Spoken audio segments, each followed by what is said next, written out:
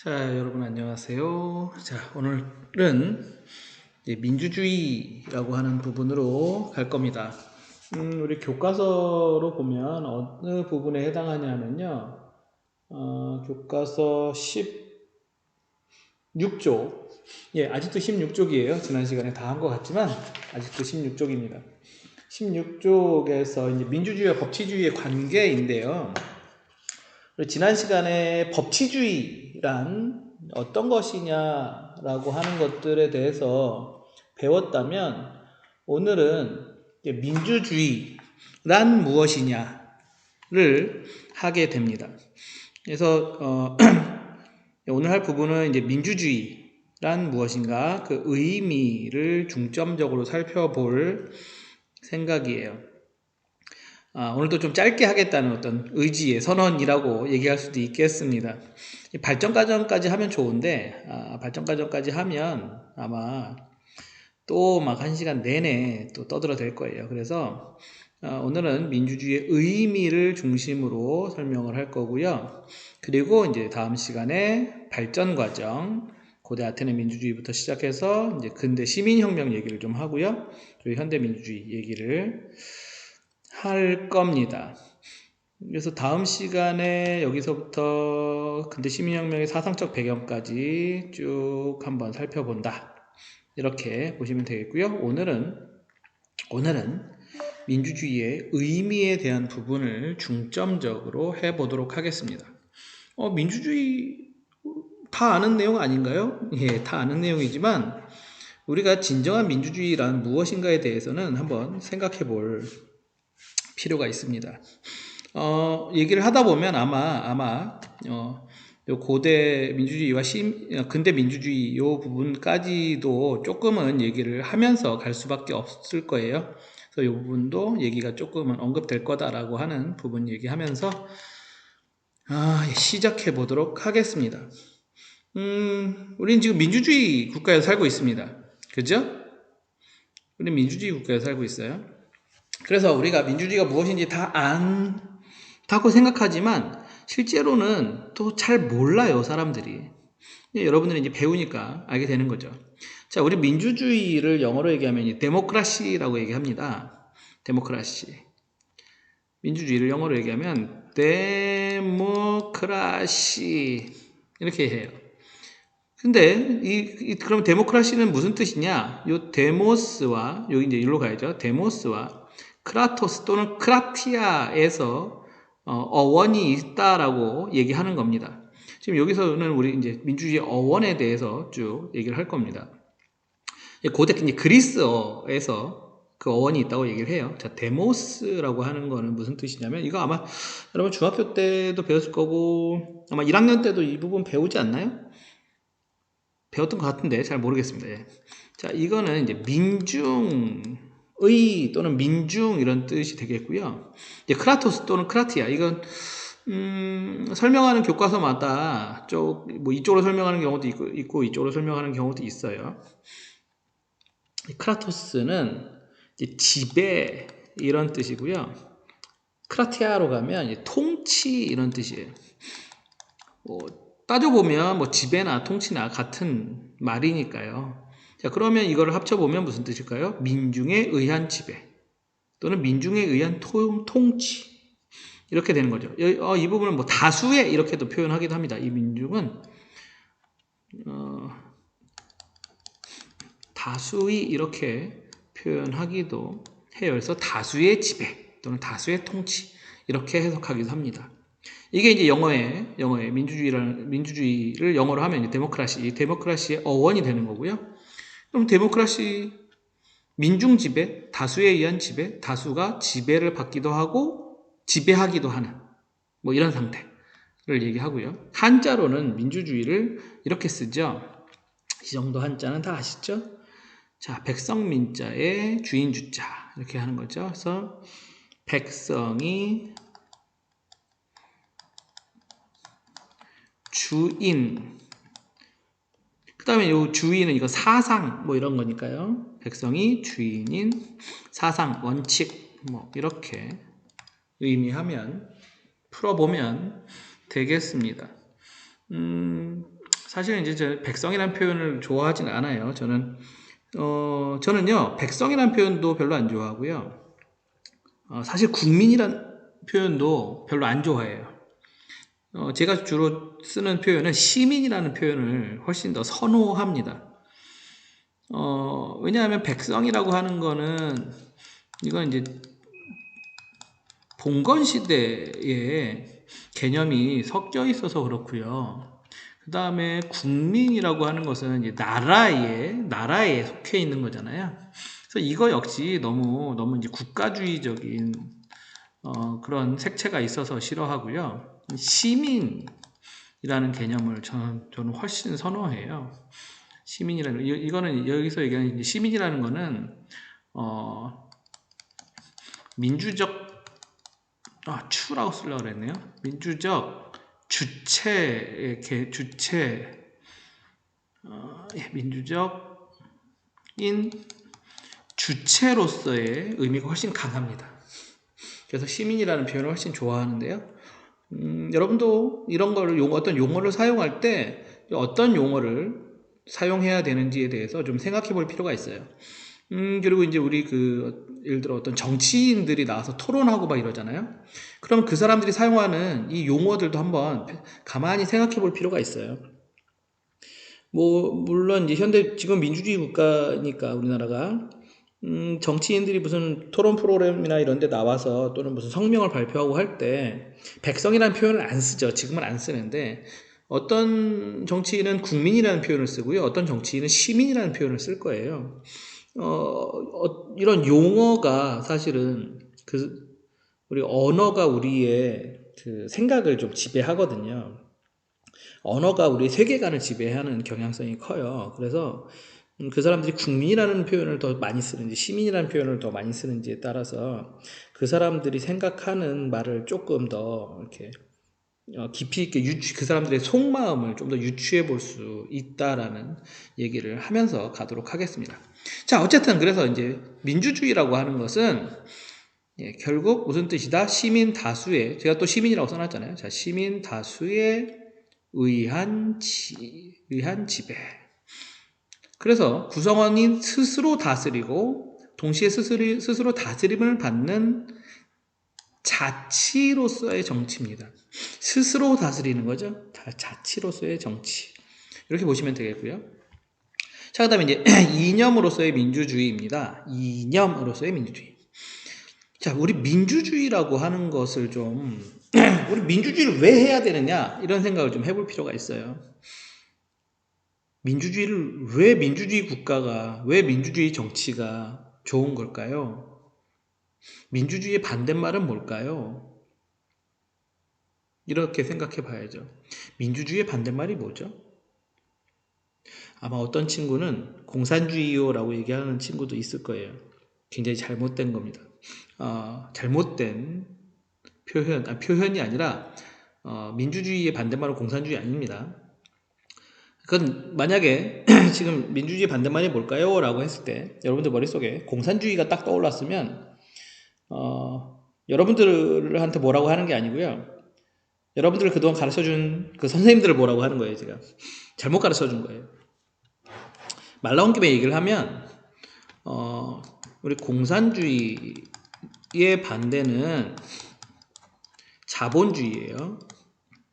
자본주의. 이거는 경제 형태에 대한 대비예요. 민주주의, 이거는 정치 이념에 대한 얘기잖아요. 그래서 여기에서 민주주의에 이렇게 해볼게요. 자, 지운다고 하는 걸 잠시만요. 정치에서 독재와 민주주의가 대비되는 겁니다. 서로 반대되는 개념이에요. 그런데 얘기 나온 김에 계속 해보면 이런 거죠. 우리나라의 한반도의 상태를 좀 보면, 우리나라를 이렇게 그려보면 해방 이후에 이렇게 갈려서 위쪽 동네는 공산주의를 했고요. 아래쪽 동네는 자본주의를 채택했습니다. 자본주의를 채택했어요. 그런데 위쪽도 독재고요. 우리나라도 옛날에 다 독재였습니다. 이승만, 생각해보면 다 그래요. 이승만 독재였죠. 박정희 독재였죠. 누구죠? 전두환 독재였죠. 쭉 독재였어요. 근데 독재는 나쁜 거예요. 독재는 나쁜 겁니다. 그러니까 여기는 좋은 거와 나쁜 게 분명히 있어요. 독재는 나쁜 거고요. 민주주의는 좋은 겁니다. 근데 엄밀히 따져서 공산주의냐 자본주의냐는 이건 경제체제에 대한 거기 때문에 선택이 가능한 문제였어요. 따져보면. 그런데 우리는 공산주의는 나쁜 거야 라고 양쪽이 분단돼서 뭐 6.25 때 북한이 쳐들어와서 이 얘기를 하는 건 아닙니다. 그거는 이제 전쟁을 일으켰기 때문에 나쁜 나쁜 거고, 공산주의냐 자본주의냐를 갖고 이것이 선한 것이다, 악한 것이다 라고 따질 수는 없는 문제거든요. 아무튼, 양쪽 다 독재예요. 근데 공산주의와 자본주의는 선택할 수 있는 문제야 라고 얘기할 수는 없었던 거죠. 우리나라에서는. 그러다 보니까 자본주의와 민주주의를 동일시하고 공산주의와 독재를 동일시하면서 공산주의는 독재니까 나쁜 거야, 이렇게 논리를 뭐라고 표현해야 될까요? 논리를 왜곡시킨 거죠. 왜곡시킨 거예요. 본인들도 독재인데 본인들은 자본주의니까 독재가 아니라는 식으로 논리를 왜곡시킨 거죠.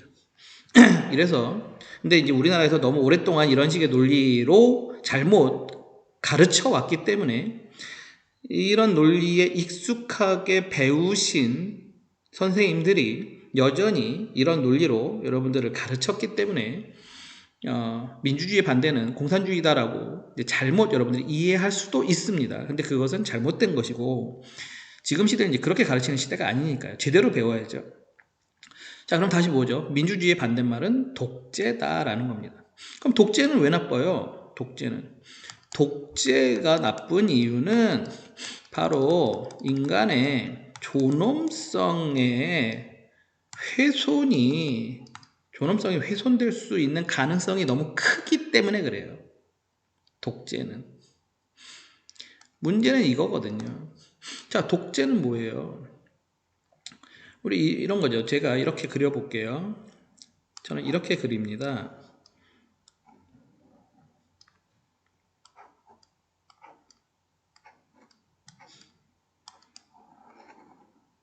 자, 어떤 집이 있는 거죠. 기둥이 두 개예요. 이 가장 궁극적인 여기에는 지붕에는 뭐가 들어가야 되냐면 여기가 이제 인간의 존엄성입니다. 그리고 이 인간의 존엄성을 떠받치는 두 개의 기둥이 있는 거죠. 하나는 자유이고요. 하나는 평등이에요. 그래서 둘 중에 어느 것이 하나가 무너지면 인간의 존엄성은 무너지게 되어 있어요. 자유만 중요한 거 아니고요. 평등만 중요한 거 아니에요. 만약에 이렇게 되면 어떨까요? 자유는 이만큼이고 평등은 이렇게 돼요. 그러면 이게 정상적으로 될까요? 정상적으로 인간의 존엄성이 떠받들어질 수가 없습니다. 그래서 항상 자유와 평등이 서로 균형을 갖는 게 중요한 거죠. 항상. 그래서 우리 또 무슨 말을 하죠? 보통 이런 말도 많이 씁니다. 새는 좌우 두 날개로 난다, 이런 표현도 써요. 새가 날아가는데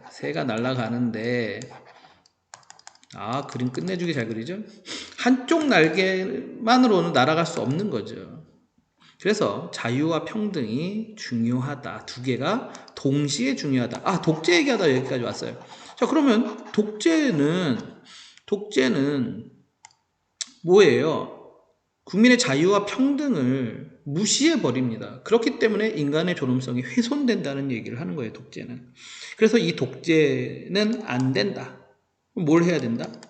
민주주의를 해야 된다, 이런 거죠. 그래서 이 이념으로서 민주주의의 정치 형태로서의 형태는 스스로 다스리고 스스로 다스림을 받는 형태인 거고, 그러면 이 형태를 갖고 궁극적으로 무엇을 추구하느냐, 이것이 이념이잖아요. 그 이념은 바로 인간의 존엄성인 거죠. 민주주의가 중요한 것은 인간의 존엄성을 확보하기 위해서 그동안 수없이 쌓아온 결과물로서 현재까지로는 현재까지 인류가 발견해낸 시스템으로는 가장 좋은 인간의 존엄성을 보장하기 위한 현재까지로서는 가장 좋은 것이기 때문에 민주주의를 이렇게 강조하는 겁니다. 미래에 뭐 어떤 것이 나올지는 잘 모르겠습니다만, 더 좋은 시스템이 나올 수 있을지는 잘 모르겠습니다만은 현재로서는 최고인 거죠, 이게. 미래에도 나올지 모르겠어요. 저는 안 나올 것 같긴 한데. 왜냐면 이념으로서 인간의 존엄성을 떠받치는 것만큼 좋은 게 어딨어요. 자, 봅시다. 그래서 인간의 존엄과 가치를 실현하고, 그럼 여기 뭐가 들어가야 될까요? 이게 들어가는 거죠. 뭐와 뭐를 실현하고자 한다? 자유와 평등을, 자꾸 얘를, 자유와 평등을 실현하고자 하는 이념이 바로 뭐다? 민주주의다. 이런 겁니다. 자, 그러면 여기까지 왔어요. 자, 그러면 세 번째로 생활 양식으로서의 민주주의는 뭐냐? 자, 정치 형태로서의 민주주의도 중요하죠. 하지만 정치만 민주적이고 생활 속에서는 민주주의가 없어도 되나요? 아니죠. 생활이 민주적이어야 정치도 민주적인 겁니다. 이거만 민주적이고 이건 민주적이 아니에요? 뭔 얘기야? 그럴 수는 없어요. 생활이 우리가 사는 기본적인 생활이 민주적이어야만 정치 제도도 민주적인 거예요. 민주적인 정치 제도를 가질 수 있는 거예요. 두 개가 별개가 아닙니다. 평상시에 비민주적으로 살아가는 사람이 어떻게 정치에서 민주주의를 바라겠어요? 말도 안 되는 얘기죠. 평상시에 독재적인 생각을 갖고 평상시에 남의 생각을 다 개무시하는 사람이 과연 정치에서 그 사람이 민주적인 생각을 하고 민주적인 제도를 따르고 할까요? 안 됩니다, 그거는. 그래서 정치 형태로서의 민주주의도 중요하지만 진짜 중요한 거는 우리 일상에서도 처음부터 민주적인 사고를 갖고 가야 된다는 거죠. 갖고 살아가야 한다라는 겁니다. 자, 그래서 생활 양식으로 민주주의는 공동체 구성원이 공유하는 민주적인 생활 양식을, 그리고 이 민주적인 생활 양식은 결국 뭐겠어요? 제가 민주주의의 대원칙이라고 얘기하는 대화와 타협. 저는 여기에 사실 더해요. 대화와 토론, 양보와 타협. 근데 거기서 이제 토론과 양보를 빼고 흔히 이제 대화와 타협 이렇게 얘기하는 거죠. 대화와 토론, 양보와 타협. 이게 가장 중요한 거죠, 민주주의에서는. 왜냐하면 민주주의 대원칙은 다수결 아닙니까? 다수결 중요하죠. 좋죠. 하지만 다수결도 잘못하면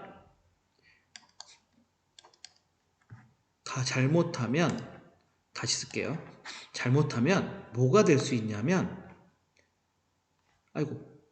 뭐가 될 수 있냐면 다수라는 숫자의 폭력이 될 수 있습니다. 이건 민주주의가 아니에요. 무조건 숫자로 밀어붙이는 폭력행위입니다.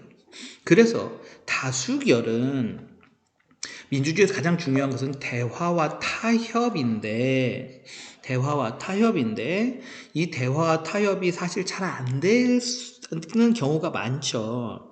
그러다 보니 최악의 상황을 막기 위한 방법으로 다수결의 원리를 채택하고 있는 겁니다. 왜냐하면 다수의 생각은 소수의 생각보다 옳다가 아니라, 이게 중요한 거예요. 다수결의 원리는요, 다수의 생각이 소수의 생각보다 옳다 또는 옳을 가능성이 크다가 아니라 다수의 생각이 소수의 생각보다 오류일 가능성이 적다예요. 좀 다르죠, 뉘앙스가. 그러니까 우리는 그냥 민주주의를 사실 머릿속으로만 알 게 아니에요. 여기에 대한 이런 진짜 진짜 뉘앙스, 진짜 의미, 이런 것들이 굉장히 중요한 거죠. 지금 제가 막 손을 막 이러면서 막 지금 몸을 막 이러면서 수업을 하는데 여러분들이 지금 제 말만 전달되는 게 좀 문제입니다. 근데 제가 이 부분을 강조할 때 지금 말투도 좀 달라지는 거 여러분들이 좀 느껴주셔야 돼요. 다수결은 다수의 생각이 옳으니까 따라라가 아니라, 그것이 아니라 다수의 생각이 소수보다 오류에 빠질 가능성이 적다라는 것에 기반한 겁니다. 그러니까 다수결은 무조건 옳다. 이거는 절대적으로 틀린 얘기고, 그것은 아까 얘기한 것처럼 숫자의 폭력일 뿐이고, 숫자에 의한 폭력은 결국 독재의 다름 아니다. 우리 이렇게 이해해야 합니다. 자, 왜 그러냐? 민주주의에 대해서 굉장히 유명한 말이 하나 있어요. 여러분 아마 처음 들어보는 말일 거예요.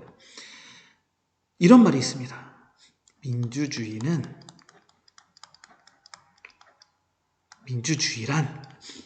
이게 떠올랐어. 민주주의란 두 마리의 늑대와 한 마리의 양이 오늘 저녁 식사 뭘 먹을까? 투표하는 행위다.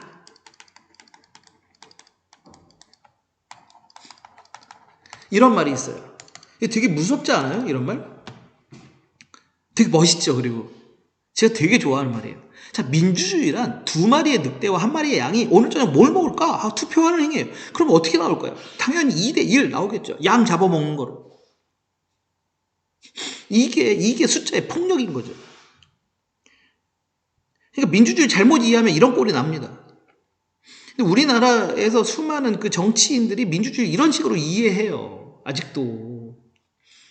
여러분들 절대 이런 식으로 이해하시면 안 됩니다. 이건 민주주의 아니에요. 이건 다수결. 그러니까 막 맨날 정치인들이 나와서 하는 얘기가 다수결 막 맨날 이 얘기 하거든요. 양 한 마리 잡아먹자는 얘기밖에 더 됩니까? 안 된다예요. 물론 모든 사안에 다 안 되는 건 아니지만 이런 꼴이 될 수도 있다. 그래서 다수결을 하기 전에는 충분한 시간을 갖고 대화와 토론, 양보와 타협을 해야 되는 겁니다. 그게 전제 조건이에요. 다수결의 전제 조건이에요, 그게. 그리고 소수의 의견도 무시하지 않는 것이 다수결의, 그러니까 최대한 소수의 의견도 반영하려고 노력하는 것이 다수결의 전제 조건이에요. 그런 거 하지 않고 무조건 다수결로 밀어붙여. 이거는 민주주의가 아닙니다. 형식적 민주주의, 형식만 민주주의 형식을 갖고 있을 뿐이지 실제로는 민주주의가 아니란 뜻이에요. 이거는. 그럼 말 그대로 폭력이고 그것은 독재입니다. 흥분했네요, 제가. 자, 근데 이 말이 사실 여기서 끝나진 않아요. 이 멋있는 말이 민주주의란 두 마리 늑대와 한 마리 양이 오늘 저녁 무엇을 먹을까 투표하는 행위다. 이 말이 여기서 그냥 끝나진 않습니다. 그래서 또 멋있는 말인 거예요. 그 다음에 뭐라고 이제 있냐 하면, 어딜 지워야 될까요? 여기 지울게요. 여기 지울게요. 그 다음 말이 또 멋있어요. 그 다음 말은 뭐라고 얘기하냐면, 자유란 완전 무장한 양이 투표 결과에 항의하는 것이다. 이런 표현도 있어요. 누가 한 말인지 까먹었는데 끼깔납니다. 진짜 어떻게 이런 말을 했을까요? 저는 이 말을 어디서 배웠을까요? 이 말은 문명이라는 게임 알아요? 문명이라는 게임을 하면 기술이 하나씩 발전될 때마다 새로운 기술을 게임 내에서 우리 문명이 새로운 기술을 하나씩 개발할 때마다 새로운 사회 제도를 하나씩 개발할 때마다 명언이 딱 떠요. 민주주의를 딱 개발하면 이 말이 딱 떠요. 문명 3인가 4에서 이 말이 딱 나와요. 제가 그때 바로 문명 게임 하다가 이 말이 딱 이렇게 나와가지고 바로 적었어요. 바로 적고 와. 근데 사실 적을 필요도 없었어요. 그냥 딱 보는 순간 머릿속에 딱 와서 박혔어요. 너무 저에게 큰 영감을 줬던 그런 말입니다. 자, 여러분도 이 말을 잘 한번 새겨보실 필요가 있습니다. 이 말을. 오늘 좀 이따가 제가 또 명언 하나 또 얘기할 건데, 오늘 명언은 대방출하는 날입니다. 자, 여기서 자유란 완전 무장한 양이 투표 결과에 항의하는 거예요. 그래서 사실은 우리 이제 저항권이라는 것도 굉장히 중요한 개념이 돼요. 저항권이라는 개념도 있어요. 저항은 국민이 국가의 폭력으로부터 정말 최후의 수단으로 사용할 수 있는 것이 저항권입니다. 그래서 이 저항권의 발현을 우린 시민혁명이라고 보통 불러요. 바로 언제일까요? 이때인 거죠. 이때. 완전 무장한 양이 투표 결과에 항의를 하면 그것이 저항인 거죠. 그것이 바로 저항권이에요. 저항권의 발현을 우린 시민혁명이라고 부르고, 대표적인 시민혁명이 영국의 명예혁명, 프랑스는 뭐 대혁명부터 쭉 된, 보통 대혁명으로 대표되는 프랑스 혁명, 그리고 미국의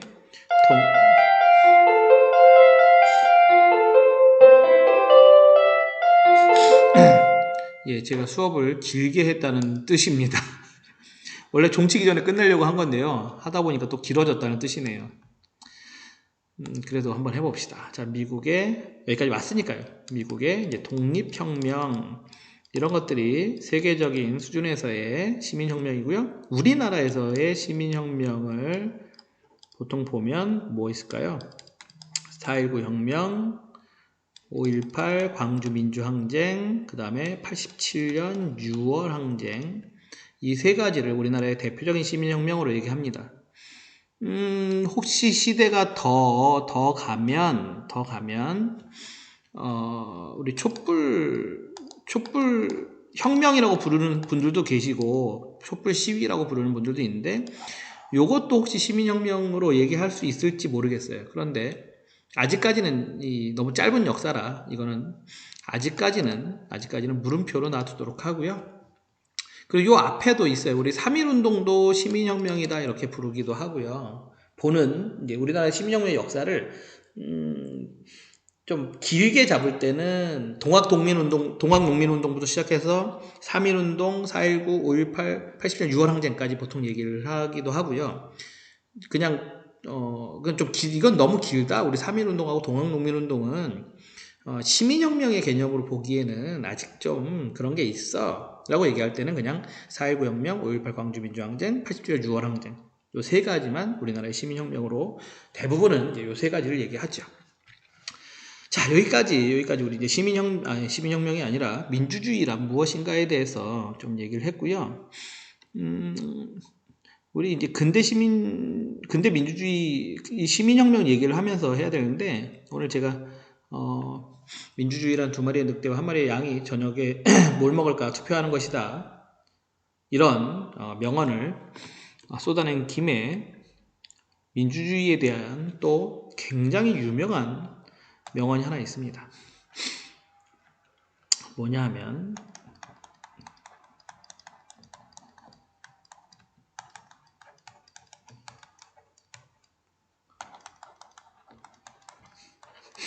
이런 표현도 있어요.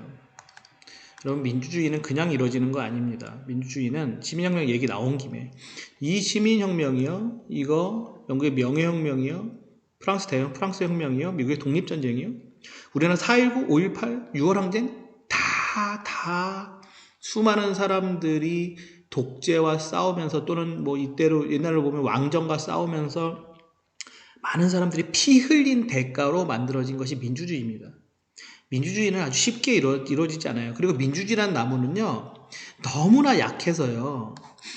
민주주의란 나무는 너무나 약해요. 너무나 약해서 조금만 신경 안 쓰면 얘 죽어버려요. 그래서 얘를 다시 살리려면 다시 피가 필요할 수도 있습니다. 그래서 우리가 민주주의라고 하는 것을 굉장히 소중하게 여겨야 돼요. 민주주의라고 하는 나무는 너무나 약해요. 그래서 조금만 신경 안 쓰고 조금만 그냥 내팽겨 놓으면 바로 죽어버리게 되는 그런 애입니다. 그래서 그러면 얘를 다시 살려면 뭐가 필요하다고요? 피가 필요하다고요. 수많은 사람들의 희생이 다시 필요하다고요. 수많은 사람들의 희생이. 우리 이때도 어땠어요? 사실 우리 한번 이때 좀 떠올려 보죠. 이때 막 11월, 12월 달 엄청 추울 때 다행히 이때는 누가 돌아가신 분은 안 계시지만 근데 요거 일어나기 전에 얼마나 많은 사람들이 또 솔직히 까놓고 얘기해서 죽었습니까? 박근혜 때 일부러 죽이진 않았겠지만 많은 사람들이 탄핵당한 박근혜 때 얼마나 많은 일들이 우리나라에 있었는지 생각해 볼 필요가 있는 거죠. 백남기 농민이라는 농민분은 물대포를 맞고 쓰러져 돌아가셨어요. 그런 일도 있었고요. 그 전에 또 누구 있었죠? 예. 제가 그 학교에서 가르치던 사람이라 말하기가 좀 뭐합니다만 다 아실 거예요, 여러분들. 그런 일들이 있었죠. 그리고 이렇게 왔잖아요. 왜? 지금 감옥에 계신 분들 두 분이잖아요.